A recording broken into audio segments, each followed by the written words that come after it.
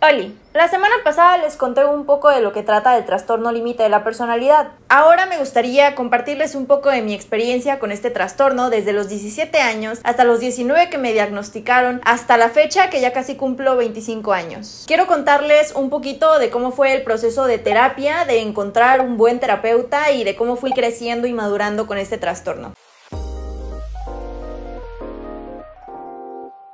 Diría que los primeros síntomas que tuve del trastorno se presentaron entre mis 16 y 17 años. Para esto, antes debo de decirles que el TLP se puede dar debido a varias cosas, como por ejemplo que sea heredado, deberse a un desbalance de neurotransmisores u hormonas, o que exista un detonante. Creo que en mi caso fue un detonante, pero ya les contaré el porqué. Ya venía notando un gran miedo al ser como desechable con ciertos amigos que tenía a mis 16 años. Sentía que no era lo bastante cool para estar en su centro y a ellos los veía como si fueran los más populares y grandiosos de todos mis amigos. Quería simplemente poder encajar en su círculo. Y cada que uno de estos amigos, porque no lo eran en realidad, se iba y se juntaba con alguien que no era yo, me sentía instantáneamente insegura y desechable, sobre todo porque estas amistades usualmente consumían algún tipo de estupefaciente o drogas o tomaban muchísimo alcohol y yo no hacía nada de eso. Y ya que conmigo no obtenían eso, supongo que lo encontraban con otras amistades que sí aceptaban ese tipo de cosas. Entonces entraba en mí ese pensamiento de no ser suficiente y de tener que quizá hacer esas mismas cosas para poder encajar con ellos. Por suerte nunca lo hice hasta algunos años después, pero ya no me sentía presionada al menos.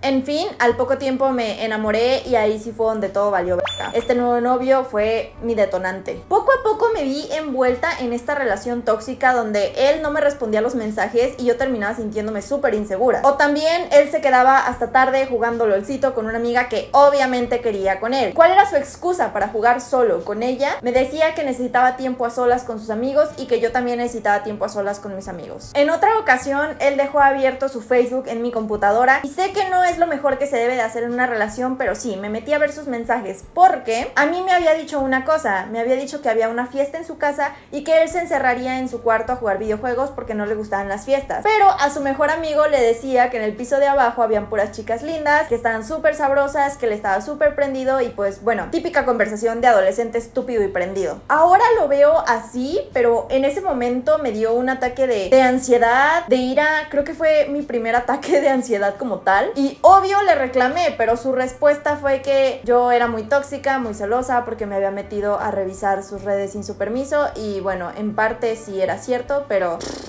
chale.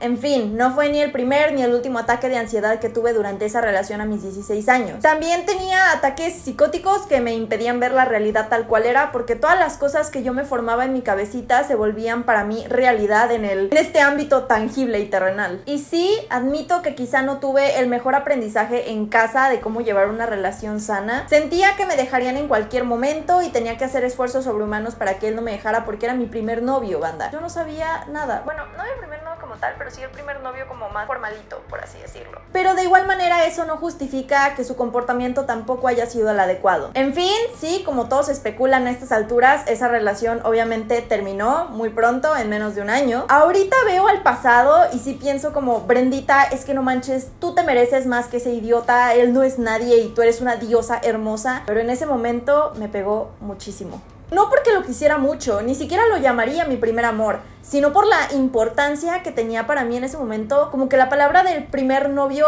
que le había presentado a mis papás. Cuando él quiso terminar la relación, yo le rogué que no lo hiciera. Le prometí que sería una mejor novia, que ella no lo celaría, que él podía salir con sus amiguitas, que simplemente lo dejaría hacer, pero que por favor no terminara conmigo, que no se alejara de mí, y él obviamente dijo que no. Y yo me quedé sin nada, pensando que todo el esfuerzo que le había metido a esta relación había sido en vano. Eso me generó un sentimiento de muchísimo vacío. Hago un corte aquí con la edición porque cabe mencionar también que influyó mucho la presión social que sentía por parte de mi familia y las redes sociales. Al ser la única hija, mujer y la más pequeña, se esperaba de mí que fuera una niña pura y santa que casi se casara con su primer novio, y al no lograr esto sentí toda la decepción de mis padres, mis hermanos y de mí misma por no poder cumplir con lo esperado. Yo misma me presionaba demasiado, puesto que crecí con todas las películas de romance típicas de niña, donde encontraban a su verdadero amor al inicio y se casaban con esa persona, vivían felices por siempre, pero en la vida real las cosas no son para nada así, y no podía asimilar que a mí no me sucediera. Incluso años después, una psicóloga me comentó algo sobre el síndrome de la princesa de la casa, que se trata de una niña a la que hacen crecer con la mentalidad de que debe ser perfecta como princesa, y cuando la niña no lo logra porque tiene comportamientos naturales como decir malas palabras, enojarse o querer tener muchos novios o vestir más atrevida, se siente mal por no cumplir con los estándares esperados, y creo que esto pudo haberme pasado a mí y ayudó a generar un vacío mucho más grande del que ya tenía. Recuerdo que por aquel entonces fue cuando empecé a autolesionarme. No entendía por qué no podía ser una chica menos celosa y menos controladora, porque no lo hacía a propósito. En realidad yo quería una relación bonita y sana, pero no sabía cómo llevarla a cabo. Sabía que algo no estaba bien dentro de mí, así que fui con mis papás y les pedí de la manera más atenta posible que por favor me llevaran con un psicólogo, a lo cual ellos no respondieron de una muy buena manera. Mi papá me dijo que los psicólogos eran para gente loca y mi mamá me dijo que probablemente yo no lo necesitaba. De igual manera les terminé insistiendo mucho porque yo no me sentía bien y me llevaron con un psiquiatra. Sí, no un psicólogo, un psiquiatra, que me dio la peor respuesta que me pudieron haber dado a mis 17 años. Su respuesta después de una sesión fue simplemente decir que yo sufría de mal de amores.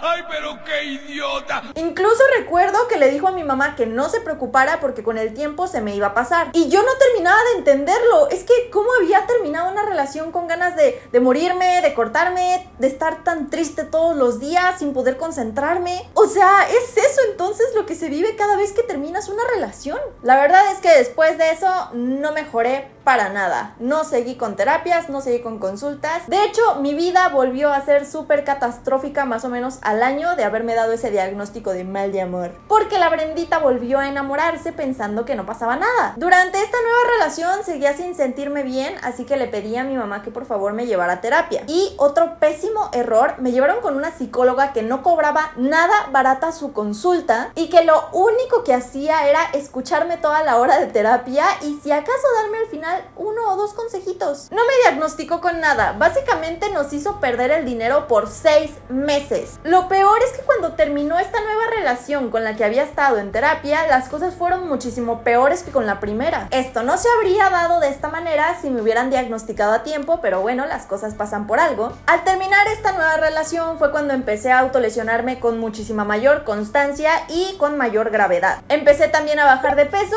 y tuve mi primer intento de dejar de existir. Existían sentimientos crónicos de vacío todo el tiempo, mis emociones eran un descontrol porque en ese momento de mi vida fue cuando empecé a tener más actitudes dañinas hacia mi persona. No me importaba si abusaba de ciertas sustancias, no me importaba si tenía muchos, pocos novios, muchos amigos, pocos amigos, no me importaba si comía solamente un plátano al día, nada que tuviera que ver conmigo misma me importaba, la vida simplemente me valía, no tenía sentido. Cuando mis papás estuvieron presentes en uno de mis intentos de dejar de existir en este plano terrenal, porque no estuvieron en el primero, estuvieron en el quién sabe qué, fue en ese momento que decidieron buscar de verdad, con esfuerzo, con esmero, a un buen psiquiatra. Con este nuevo psiquiatra recuerdo muy bien que desde el primer día de terapia le pedí que por favor le llamara a mi ex para que tomáramos la terapia juntos porque no quería perderlo, y muy inteligente el señor psiquiatra me dijo: sí, no te preocupes, lo llamaré ya que llevemos 3 sesiones juntos.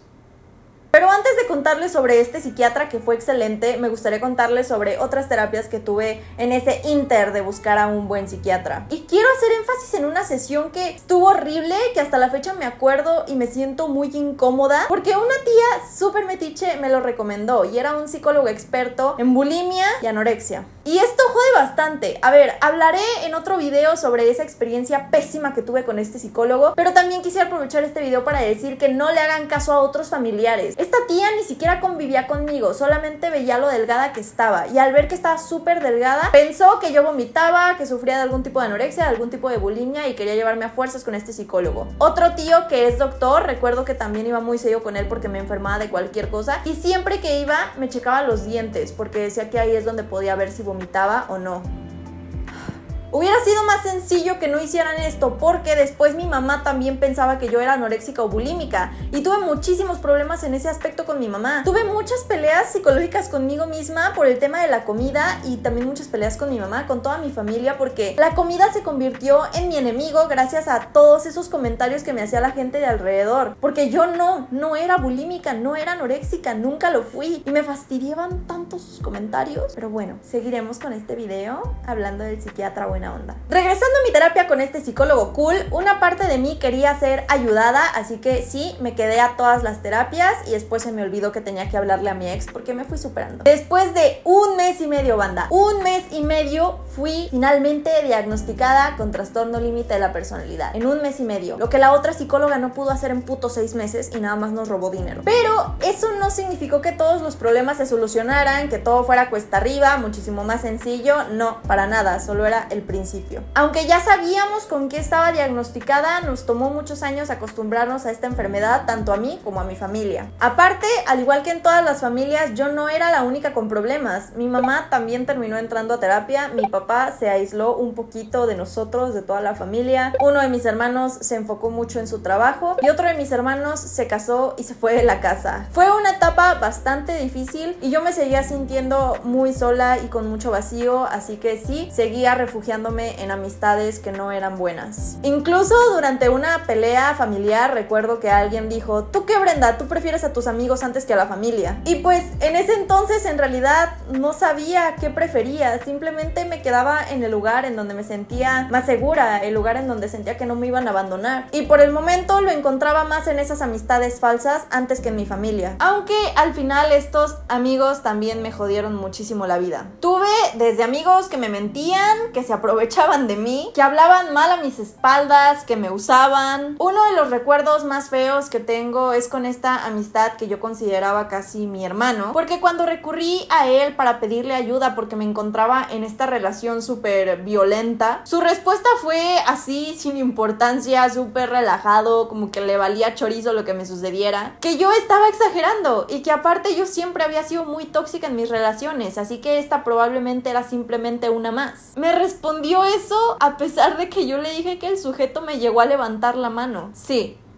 me sentía muy sola. Durante todo este proceso seguía yendo a terapia y aprendía una que otra cosa que me era útil, pero no la gran cosa. Aparte, no le prestaba mucha atención tampoco a las terapias, estaba inmersa en lo que sucedía a mi alrededor. De hecho, llegué a pensar que ese sería mi modo de vida, que nunca podría llegar a tener una relación sana con nadie y que siempre me sentiría sola y con un vacío que no podría llenar. Además, la universidad me complicaba muchísimo la vida, porque en todo este proceso que les he contado, nunca dejé de estudiar y mis calificaciones bajaron muchísimo. A veces empezaba a llorar en el salón de la nada, incomodaba a muchos amigos e incluso 2 que 3 profesores me pidieron que me saliera del salón para no estar distrayéndolos, y a veces una amiga se salía conmigo para hacerme compañía, pero eso no hacía que me dejara de sentir muy sola. Después de varios meses así, llegó un momento en que ya salir de mi casa era una actividad muy difícil, tanto así que yo lloraba nada más al pisar la universidad, no quería, me sentía angustiada, con ansiedad, triste. Era horrible. Mis papás obviamente estaban preocupados y no sabían qué hacer, pero también estaban enojados porque yo estaba dejando de estudiar. Les estoy hablando de esta niña que siempre conseguía reconocimientos por nunca faltar ningún día, ni en la primaria, ni en la secundaria, ni en la preparatoria. Si es que llegaba a faltar, era por causas de enfermedad mayor. Y durante este periodo, la verdad, me sentía tan mal, tan afectada que no podía, y eso me hacía sentir todavía peor, así que tomé una decisión. Me sentía tan mal y el hecho de faltar a la escuela solo me hacía sentir peor, así que tomé una decisión porque ya estaba harta. Estaba harta de no poder con mi vida, de solo querer morirme, de ver edificios y soñar con que me caía de ellos o algo por el estilo, de no comer, de no tener buenos amigos, de no tener buenas relaciones durante ya casi 4 años, porque para este momento yo ya tenía aproximadamente 21. Así que me di de baja de la escuela durante aproximadamente 6 meses. 6 meses en los que me enfoqué más que nada en ir a mi terapia, prestarle mucha atención, tomar clasecillas extra de lo que fuese y básicamente sobrevivir. Casi no salía de mi casa para nada durante esos 6 meses, pero poco a poco trataba de salir un poco de mi zona de confort y hacer cosas diferentes. Aunque me costaba mucho y obviamente hubieron muchísimas peleas familiares porque pues yo no hacía nada más que estar en la casa y... Pero cabe destacar que mi mamá siempre me defendió mucho y creo que ella era la única que entendía que de verdad yo necesitaba ese descanso en mi vida. También traté de subir de peso. Creo que en ese inter de 6 meses logré subir de 39 a 42 kilos más o menos. Para mí era un logro. Durante este tiempo también comencé a tener más responsabilidades dentro de la casa, esto por consejo de la terapia. Y fue entonces también cuando mi psicólogo, ya un especialista en el trastorno límite de la personalidad, sugirió que yo tenía que hacerme cargo, responsabilidad total, completa de algo. Ya fuera un perrito, unos peces, unas plantas, lo que sea, pero tenía que hacerme responsable de algo. Y así fue como llegó el bro a mi vida. Comencé a hacerme cargo de él casi en su totalidad. Digo casi porque todavía llegaba a tener bajones emocionales y en esos momentos eran mis papás quienes me ayudaban más que nada. Regresé a la universidad con un nuevo grupo después de estos 6 meses bien aprovechaditos y pude empezar de nuevo, lo cual fue un alivio porque ya no quería ver a mis compañeros del otro grupo que ya me habían visto llorar, que yo sabía que les incomodaba y que hablaban mal de mí por estar llorando todo el puto tiempo. Pero es cierto que no fue nada fácil esta nueva adaptación. Aparte, cosa graciosa del destino fue que 2 de mis compañeros de mi antiguo salón, que eran los que más odiaba y detestaba y que me hacían sentir con más ansiedad, reprobaron y terminaron en el mismo grupo que yo estaba. Que te jode el destino, te jode muy ojetemente como en esta ocasión. No creo haber hecho más que una sola amiga de verdad en este salón y la verdad, de ahí en fuera casi no hablaba con nadie. Detesté mucho este semestre con este nuevo grupo porque me sacó completamente de mi zona de confort. Pero mis calificaciones aumentaron bastante. Tanto así que pude hablar con el departamento de intercambios y fui capaz de irme ese mismo semestre a China. Todo esto gracias a los apoyos económicos que me dio la escuela y el apoyo económico que tuve también de mi familia. También el siguiente semestre al que entré, que si no mal recuerdo era el 5º, mis calificaciones habían subido tanto que pude reclamar una beca. No recuerdo si era del 15 o del 20%, pero yo estaba flipando porque era la primera beca que tenía en todo mi historial en la universidad. Habiendo atravesado esto en unos nuevos 6 meses, mi seguridad aumentó muchísimo, mi autoestima también mejoró muchísimo y en ese periodo tuve lo que yo llamaría por primera vez una relación sana. En un par de meses más me dieron de alta de todas estas terapias. Cabe destacar que no es que superes como tal el trastorno, no es una enfermedad que se pueda curar, pero ya te dieron todas las bases para que tú solito puedas lidiar con ella. Obviamente mis ataques de ira seguían presentándose, pero pues yo ya tenía las herramientas para saber cómo tratar esto. También en la universidad comencé a llevar un taller de yoga que me ayudó muchísimo gracias a la meditación. Ya no me peleaba tanto con mi familia, sino que se convirtieron en mis aliados más o menos. Por ejemplo, mi mamá se convirtió en una muy buena amiga y confidente. Gracias a todo eso me sentí estable por mucho tiempo, pero algo me faltaba. Quería probarme a mí misma siendo más independiente que nunca, así que terminé mi relación de ese momento y no fue la única razón por la que la terminé, o sea, obviamente habían otros problemas. Y comenzó finalmente mi viajecito completamente sola a eso de los 23 años, que creo que es más o menos cuando empecé a vivir de verdad. Me estaba conociendo a mí misma al 100% y de una manera muy sana. Pagué yo sola el último semestre de mi universidad sin que esto representara una pelea con mis papás, ya que de alguna manera sabía que ellos lo hacían por mi bien. Fui por primera vez al CrossFit, que ahora lo veo como una parte súper esencial de mi vida. No me veo viviendo sin hacer ejercicio y tenía este compromiso conmigo misma de cuidarme al 100 física y mentalmente. Me gradué de la universidad, conseguí amigos reales que viajaron incluso desde otros estados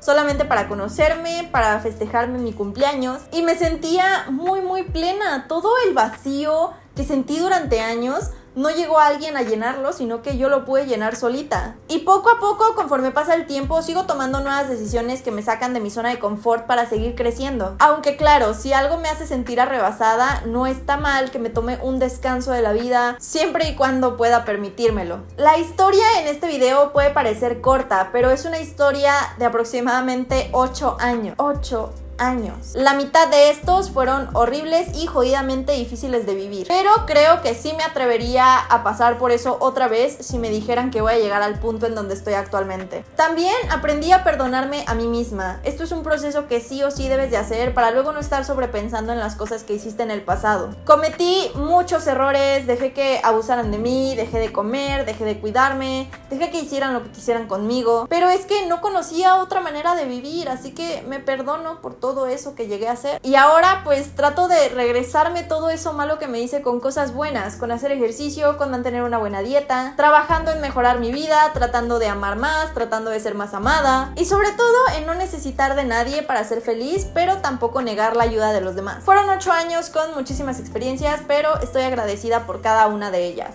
Actualmente mis ataques de ira se presentan de 3 a 5 veces por año y mis ataques de ansiedad quizá de 2 a 3 veces por año. Me siento orgullosa de decir que puedo ayudar a otras personas con sus procesos emocionales porque me considero alguien con mucho control emocional a estas alturas. Y aunque me sigue costando trabajo esto de salir de mi zona de confort como a todos, lo sigo haciendo, como por ejemplo salir con mi grupo de amigos del CrossFit a la playa a hacer ejercicio. ¿Cómo me cagó eso? Entré a un nuevo plan alimenticio donde tengo que estar cuidando lo que como para sentirme mejor. Simplemente esto que estoy haciendo también en YouTube de querer empezar a subir un video a la semana es un nuevo propósito y objetivo que me puse para salir de mi zona de confort y comenzar a echarle más ganas a esto también. Sigo obviamente aplicando muchos aprendizajes que tuve en terapia y es por esto que siempre recomiendo ir a un psicólogo o a un psiquiatra o lo que sea. No tienes que estar loco para ir a alguno, simplemente vas y te sientes mejor. No me queda más que decir que esta ha sido mi historia lidiando con el trastorno límite de la personalidad desde mis 17 años